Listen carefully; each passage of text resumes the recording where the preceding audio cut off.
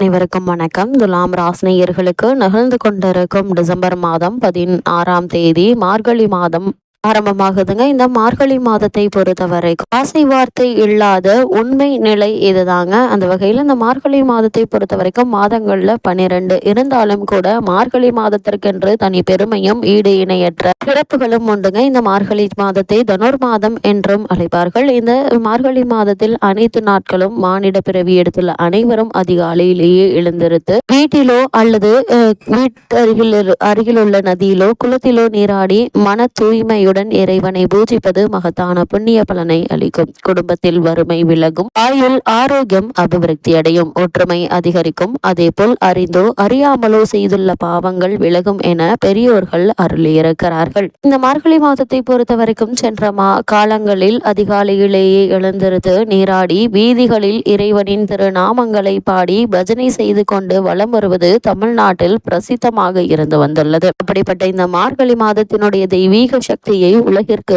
உணர்த்துவதற்காகவே பகவான் தனது ஸ்ரீ கிருஷ்ண அவதாரத்தின் போது பகவத்கீதையில் மாதங்களில் நான் மார்கழியாக இருக்கிறேன் என்று அருளினார். இதைவிட வேறு என்ன பெருமை அல்லது உயர்வு வேண்டும் இந்த மார்கழி மாதத்திற்கு? அப்படிப்பட்ட இந்த மார்கழி மாதம் துலாம் ராசினியர்களுக்கு என்ன மாதிரியான நன்மைகள் எல்லாம் ஏற்பட இருக்கு, கிரகநிலைகளின் ரீதியாக அமையிருக்கும் சாதகங்கள் என்ன, பாதகங்கள் என்ன, மேலும் என்ன மாதிரியான முன்னேற்றங்கள் எல்லாம் உங்களுடைய வாழ்வில் ஏற்பட இருக்கு என்பது குறித்தான முழுமையான பதிவு தான் இந்த வீடியோல நம்ம விரிவா பார்க்க போகிறோம். அந்த வகையில துலாம் ராசியை சேர்ந்த சித்திரை 3ஆம் பாதம் முதல் சுவாதி விசாகம் 3ஆம் பாதம் வரை உள்ள நட்சத்திரக்காரர்களுக்கு குடும்ப சூழ்நிலை ரீதியாக என்ன மாதிரியான நன்மைகள் எல்லாம் ஏற்பட இருக்கு என்று பார்க்கும்போது இந்த மார்கழி மாதத்தில் துலாம் ராசினியர்களுக்கு வருமானம் என்பது நல்லபடியாகவே நீடிக்குதுங்க. பண வசதி போதுமான அளவிற்கு இருக்குங்க. இருந்தாலும் குறிப்பாக மருத்துவ செலவுகள் அதிகமாகவே இருக்கும் என கிரக நிலைகள் உணர்த்தது. அதனால் சிறு உடல் உபாதை என்றாலும் உடனே மருத்துவரிடம் அணுகி அதற்கான சிகிச்சை எடுத்துக்கொள்வது நல்லதுங்க. மற்ற செலவுகளும் கூட சக்திக்கு மீறியதாகவே இருக்குங்க.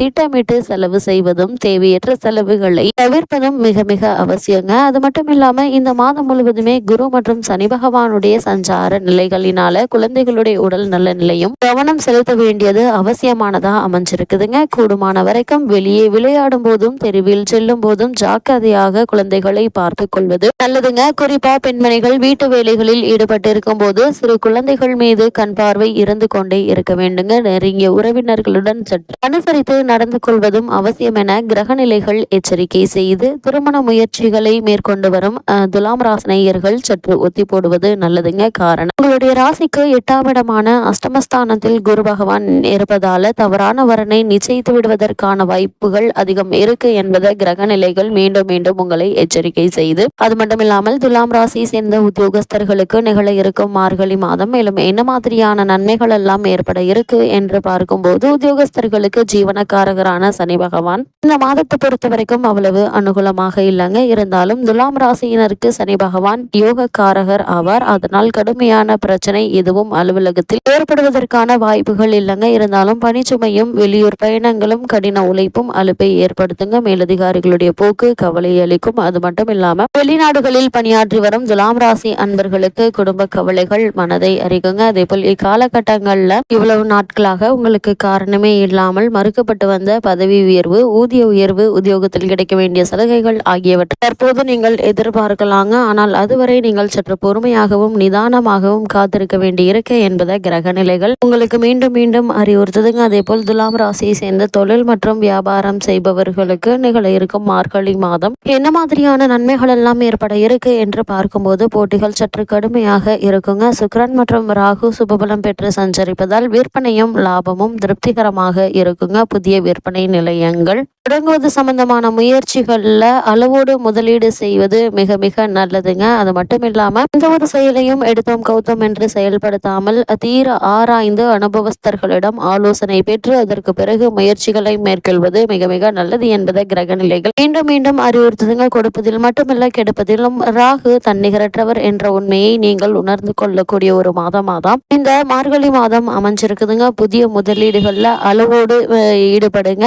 ராகுவினுடைய சஞ்சார நிலையை பொறுத்த வரைக்கும் கூடிய விரைவில் அவர் பயிற்சியாக இருப்பதால தேவையில்லாத பிரச்சனைகள்ல மாட்டிக்கொள்ள நேரிடும். அதனால் பண சம்பந்தமான விஷயங்கள் அதிக கவனம் எச்சரிக்கை மிக மிக அவசியம் என்பதை கிரக நிலைகள் மீண்டும் மீண்டும் அறிவுறுத்துதுங்க. அதே போல் துலாம் ராசியை சேர்ந்த கலைத்துறையினருக்கு இந்த மார்கழி மாதம் என்ன மாதிரியான நன்மைகள் எல்லாம் ஏற்பட இருக்கு என்று பார்க்கும்போது சூரியன் சுக்கிரன் புதன் ஆகிய மூவருமே கலைத்துறையுடன் தொடர்புள்ள முக்கிய கிரகங்கள்ங்க. இவர்கள் அனைவருமே சுபபலம் பெற்று திகழ்வதால் நல்ல வாய்ப்புகளும் வருமானங்களும் இல்லம் தேடி வர இருக்குது. மக்களிடையே புகழ் அதிகரிக்குங்க, செல்வாக்கு உயர இருக்குது. ஒரு சிலர் வெளிநாடு சென்று கலை நிகழ்ச்சிகள்ல கலந்து கொள்ளும் சாத்தியக்கூறுகள் இருக்குதுங்க. பரதநாட்டிய கலைஞர்கள் புதிய நாட்டிய ஆதிக்கம் செலுத்துவதற்கு உரிமை பெற்ற கிரகங்களுடைய புதிய நாட்டிய பள்ளி ஆரம்பிப்பதற்கு உதவிகள் எளிதில் கிடைக்க இருக்கு என்பதை கிரக நிலைகள் மீண்டும் மீண்டும் அறிவுறுத்துதுங்க. அதே போல் துலாம் ராசியை சேர்ந்த அரசியல் துறையினருக்கு இந்த மார்கழி மாதம் மேலும் என்ன மாதிரியான நன்மைகள் எல்லாம் ஏற்பட இருக்கு என்று பார்க்கும்போது அரசியல் துறையில் ஆதிக்கம் செலுத்துவதற்கு உரிமை பெற்ற கிரகங்களில் சூரியனும் சுக்கிரன் ராகுவும் மிக முக்கியமானவர்கள். இவர்கள் மூவரும் உங்களுக்கு ஆதரவாக நிலை கொண்டிருக்கிறாங்க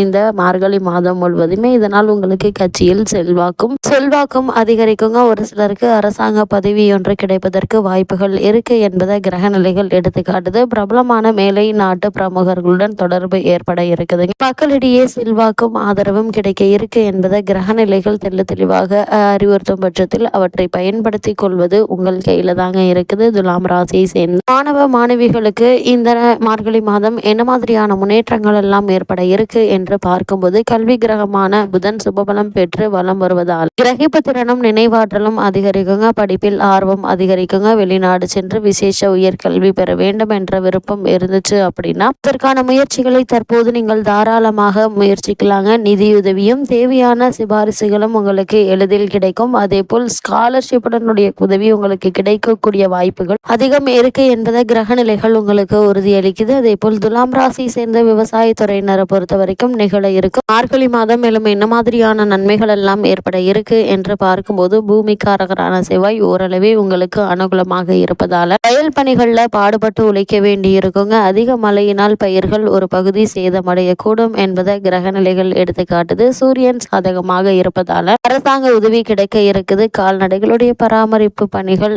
திருப்திகரமாக இருக்குங்க. அதே போல பெண்மணிகளை பொறுத்த வரைக்கும் பெண்களின் நலன்களுக்கும் முன்னேற்றத்திற்கும் பொறுப்புள்ள கிரகங்கள் குரு பகவானும் சுக்கிரனும் ஆவாங்க. இவர்களின் சுக்கிரன் ஒருவரே உங்களுக்கு அனுகூலமாக இருக்கிறார். குரு பகவானால் நன்மை ஏற்படுவதற்கான வாய்ப்புகள் இல்லைங்க. காரணம் அவர் அஷ்டமஸ்தானத்தில் சஞ்சரிப்பதால் தான். அதனால் குடும்ப கவலைகள் மனதை அரிக்குங்க. அதே போல் புத்திரஸ்தானத்தில் சனி நிலை கொண்டுள்ளதால குழந்தைகளுடைய கல்வி மற்றும் ஆரோக்கியம் ஆகியவை பற்றிய கவலைகள் மன நிம்மதியை குறைக்குங்க. அதனால் கவனமாகவும் எச்சரிக்கையாகவும் இருப்பது மிக மிக அவசியம் என்பது கிரகநிலைகள் மீண்டும் மீண்டும் அறிவுறுத்துதுங்க. துலாம் ராசினியர்களுக்கு கிரகநிலைகளின் ரீதியாக கூறப்படும் பரிகாரம் என்ன என்று பார்க்கும்போது குரு சனி பகவான் ஆகிய இருவரும் அனுகூலமாக இல்லைங்க. அருகிலுள்ள திருக்கோவில் ஒன்றில் தீபத்தில் வியாழக்கிழமைகள்ல பசுனையும் சனிக்கிழமைகள்ல எண்ணெயும் சேர்த்து வருவது தோஷங்களை அடியோடு போக்கும் என்பதை கிரகநிலைகள் உங்களுக்கு அறிவுறுத்துது.